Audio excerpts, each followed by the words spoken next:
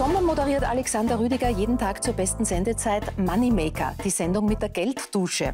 Wer ist der Mann mit dem grünen Sakko und warum läuft er Extremmarathons auf der ganzen Welt? Und was hat er auf Pilgerreisen über das Leben gelernt? Du kennst ja in deiner Sendung vermutlich die unterschiedlichsten Glücksbringer, die die Menschen mitbringen. Was ist dir da schon alles untergekommen? Also im Endeffekt alles. Stofftiere etc. Aber meistens muss man sagen, sind es personifizierte Glücksbringer. Das heißt also Teile der Familie, die mitkommen, einfach die Daumen drücken. Das ist es in der Regel. Mhm. Aber keine Katzen, Amulette? Doch. Also ist wie gesagt alles dabei. Aber die Nervosität etc., bevor die dann wirklich in die Sendung gehen, dann konzentriert sich alles auf die Gelddusche. Frau Alexander, dein Markenzeichen ist das grüne Sakko. Heute mal nicht. Ja, das Grün. Und schon ist das Grün durch Frau Holm vertreten. Das grüne Sakko, das du immer anhast, kennen dich die Menschen auf der Straße auch ohne grünes Sakko? Oder ist das sozusagen Teilweise. Zum prägenden Symbol geworden? Es ist Gott sei Dank zum prägenden Symbol geworden. Auf der anderen Seite, also ich habe diesen Effekt draußen, dass sie nicht einordnen können, woher kenne ich den? Und dann wird natürlich abgegrast, Familie, Umfeld, was auch immer. Also das spürst du natürlich. Also von daher ist es mit Maß und Ziel und sehr angenehm. Also wenn du sagst grünes Sakko, dann klingelt es sofort. Dann ist es natürlich, ja. Dann klingelt sofort, denn die Sendung läuft ja jeden Tag zur besten Sendezeit. Die Menschen, die da in die Gelddusche als Kandidaten kommen. In die Glücksdusche, wenn man Glücksdusche, das heute schon wenn man so. Aber ganz ehrlich, ich denke mir manchmal, ich wünsche mir manchmal einen, der sich weigert. Der sagt, kein Overall, keine Schlussposition. Aber es ist ja, glaube ich, ganz im Gegenteil. Die Menschen bereiten sich auf diesen Auftritt vor. Ja, also es ist mittlerweile auch so, wir haben ja, die Frage ist heute auch schon aufgetreten, wirklich von jungen Leuten bis Älteren. Und es ist von der Gesellschaftsschicht alles dabei.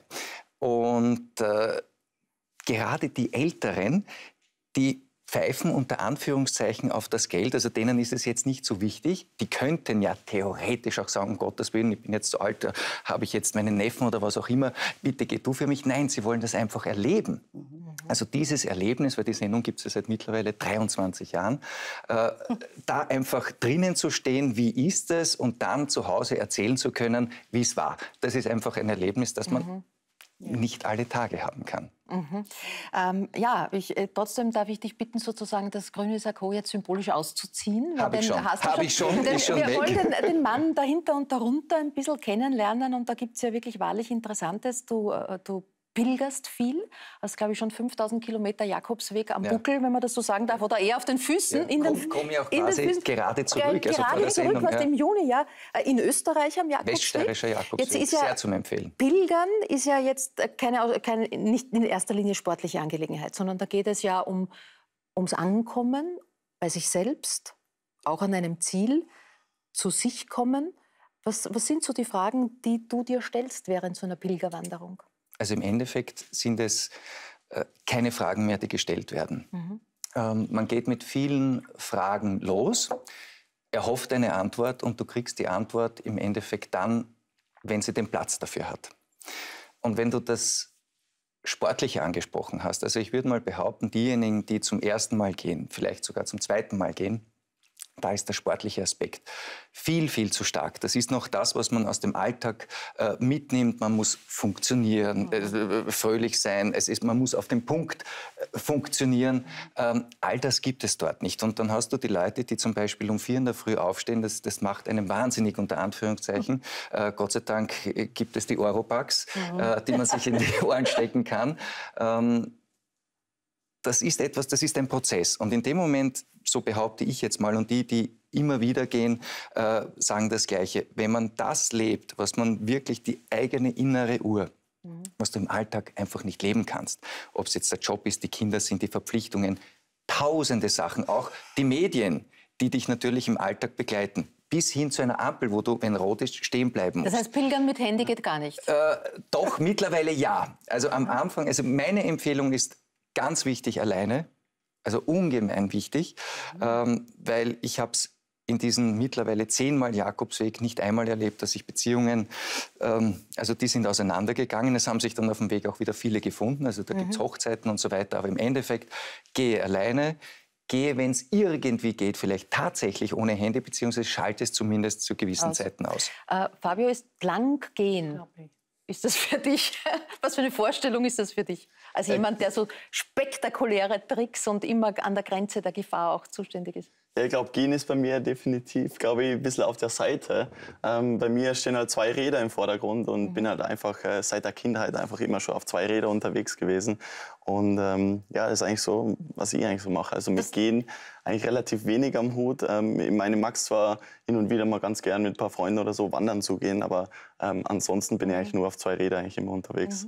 Wobei, du hast eben gesagt, es hat auch eine, wir nennen es heute spirituelle Komponente, auch weil wir uns um den Begriff oder um die Verbindlichkeit einer Religiosität gern herumschwindeln. Du sagst, du bist ein gläubiger Mensch. Wie äußert sich dein Glaube? Wo stützt er dich? Also im Endeffekt, das, was passiert, ist für mich immer etwas, wo ich Danke sagen möchte. Also es ist nicht selbstverständlich. Und selbst, ich meine, das klingt alles so banal und steht in tausenden Büchern drinnen. Alles das, was passiert, versuche ich trotzdem so zu interpretieren, dass es einen Sinn macht. Und gerade am Jakobsweg, wenn die Ablenkungen wirklich weg sind, also ich behaupte mal, da ist es zu 99% bist du dort wirklich in der Natur, in einer Verbundenheit, in einer Reinheit.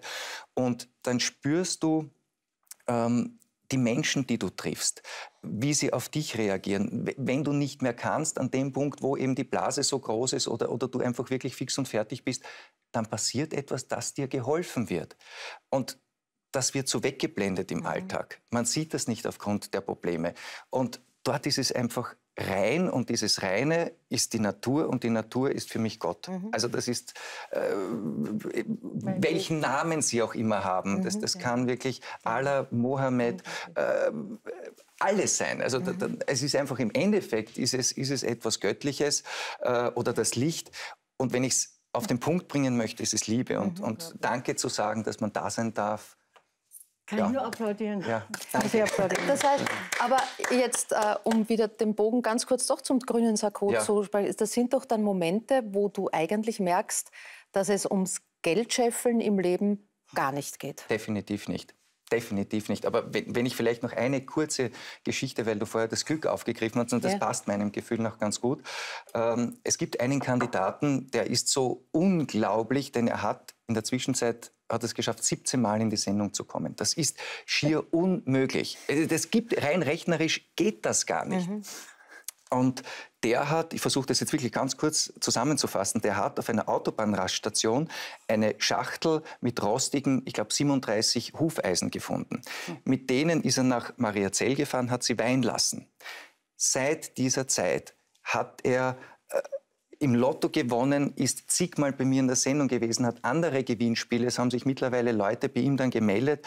Eine Frau, die jahrelang kein Kind kriegen konnte, hat das Hufeisen bekommen, hat ein Kind bekommen. Ja, und alleine diese Kraft, die da drinnen steckt, also der könnte mittlerweile eine Fabrikation für Hufeisen aufmachen, wenn sie von ihm gekommen sind. Es hat einen Verwandten gegeben, der dann wieder im Lotto gewonnen hat. Und mittlerweile darf ich sagen, dann hat er mir eines geschenkt und ich muss gestehen, ich habe seit 23 Jahren versucht mitzuspielen. Also damals waren es nicht 23, seit vielen Jahren versucht mitzuspielen. Dann schenkt mir der das Hufeisen. Ein Jahr später bin ich selber gezogen worden für die Sendung. Es ist so unglaublich. Aber der Moderator darf nicht mehr rein. Ja, genau. Aber Frau, unfassbar. Aber es ist so wahnsinnig toll, was Sie sagen. Nur eine Frage habe ich. Wenn Sie sagen, man muss alleine gehen, ja?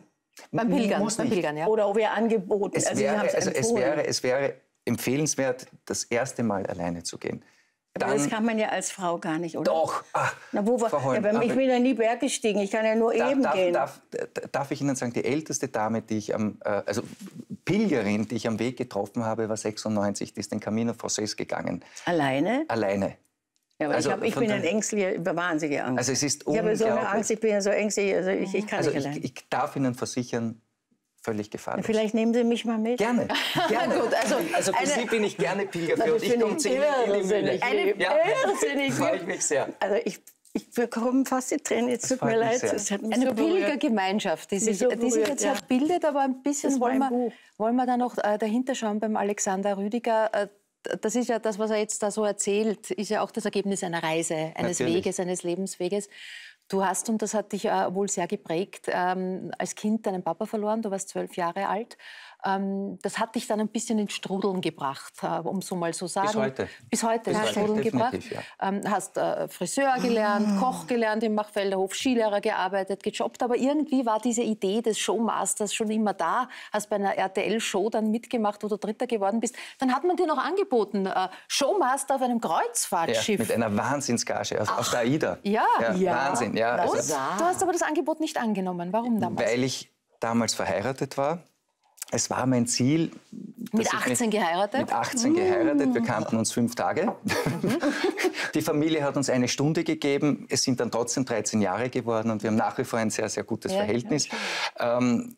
Es war, du weißt es, du warst meine erste Lehrerin, wenn ich das so sagen darf, damals im Coaching-Bereich. Ich wollte vor die Kamera. Ich habe das irgendwie so in mir getragen. Und ich kann mich noch gut erinnern, ich bin mit dem Peter Rapp zusammengesessen. Er ist bei mir im Büro gewesen und ich hatte schon das Ticket. Und es ist so lange her, es waren 85.000 Schilling damals, plus, also etwas, was wirklich nicht alltäglich angeboten wurde. Und der Peter hat mich gefragt, Alexander, was ist wirklich dein Traum? Und ich habe ihm dann gesagt, du, eigentlich so in deine Richtung. Und dann hat er gesagt, dann bleib da. So, und genau. Und dann bliebst du da. Du machst jetzt, wie gesagt, den Moneymaker vor der Kamera, aber machst die letzten Jahre und Jahrzehnte ganz viel auch hinter der Kamera, was die Zuschauer nicht sehen. Hast, glaube ich, jede Generalprobe des Shows von Peter Rapp sozusagen als Moderator gemacht. Was ein professioneller Job ist, gleichzeitig auch, man lernt das Handwerk natürlich. Was hast du von Peter gelernt? Im Endeffekt, wenn ich es zusammenfassen darf, sind es 2 Sachen. Der Peter hat, wie er Champion gehabt hat, und ich war sein Assistent. Und da gab es ein paar Troubles betreffend Einschaltquote etc. Und dann sind sie halt einmal kurzzeitig auf mich losgegangen. Und der Peter hat zu mir gesagt, da sind wir ganz alleine im Studio gewesen. Weißt du, Alexander, du hast etwas, was auch ich habe und ganz wenige haben. Du liebst die Menschen wirklich. Und das spürt man. Peter ist mich auch öfters besuchen gekommen, wenn so in Einkaufszentren Veranstaltungen waren. Er hat gesagt, eines musst du aber lernen. Wenn du in diesem Job bestehen willst, schau her, ich habe so eine Haut und du hast nahezu keine. Versuch dir eine anzueignen, ansonsten hast du keine Chance in diesem Business. Jetzt gibt es die Sendung 23 Jahre, ich mag sie seit 12 Jahren, ich behaupte, ich habe noch immer keine dicke Haut. Und es funktioniert auch. Aber du machst ja ganz schön viel, was sozusagen nebenher, kann man jetzt gar nicht sagen, was eigentlich auch zentraler Inhalt in deinem Leben ist. Besser sein, als dein Papa war. In 20 Jahren dort sein, wo er nie hinkam. Das hat dich dann eigentlich in die Superlative getrieben. Schneller laufen, weiter weglaufen. Du laufst Marathon auf der ganzen Welt, in der Wüste, am Nordpol, auf der chinesischen Mauer. Und du tust das, auch wenn dein Körper dir eigentlich schon längst Stopp sagt. Das stimmt. Erzähl uns von dieser Erfahrung noch ganz kurz. Da habe ich einen Satz für mich geprägt, der aber auch mit dem Jakobsweg im Zusammenhang steht. Einerseits, also diese Aussage, die du jetzt getroffen hast, das war an einem bestimmten Jakobsweg und ich bin angekommen in Santiago de Compostela und da war mir zu viel Trubel. Und innerlich habe ich gespürt, ich muss einfach aus diesem Trubel, den ich davor ja nicht hatte, wieder raus. Habe mich umgedreht, weil ich am Weg Richtung Ende der Welt, heißt das, Finisterre war und habe den heiligen Jakobus bei der Kathedrale gesehen und plötzlich ist ein Schauer gekommen und ich habe gespürt und habe gesagt, ich darf nie aufhören, an mir zu arbeiten, bleib nicht stehen. Und ich habe ihm angesehen und gesagt, ich verspreche dir, jetzt kommt es mir richtig, ich werde jeden Tag etwas machen, was ich einen Tag vorher nicht gemacht habe. Ja, aber davon muss man auch keinen Marathon auf der chinesischen Mauer laufen. Aber dieses Laufen und dieser Satz, weil ich eben durch das Laufen, und ich habe immer sehr, sehr gute Zeiten gehabt, dann auch bei den Wettbewerben, laufe schnell und du siehst viel, gehe langsam und du siehst alles. Und da ist eigentlich beides drinnen. Das heißt, also ich bin im Weitwandern, habe Dinge erlebt, da gehe ich aber bewusst wirklich langsam, um alles zu erleben. Und wenn ich dann im Laufen bin, dann ist es auch eine Art Wettbewerb natürlich, der auch im Alltag herrscht. Und du musst, um, ich sage jetzt mal, 5. beim Nordpol-Marathon zu sein, musst du eine unfassbare Disziplin an den Tag legen. Das wirst du nicht einfach nur so. Fabio wird das unterstreichen. Ja. Und das ist es eben. Und das sind ja nur die Highlights. Aber das, was dazwischen steht, diese tausenden Trainingskilometer oder tausendmal oder hunderte Male, auch eigentlich fast nach jeder Sendung, wenn ich Moneymaker habe, düse ich noch irgendwo auf einen Berg hinauf, um weiter im Training zu bleiben. Das ist es, was es dann ausmacht, und es ist diese Verbundenheit mit der Natur.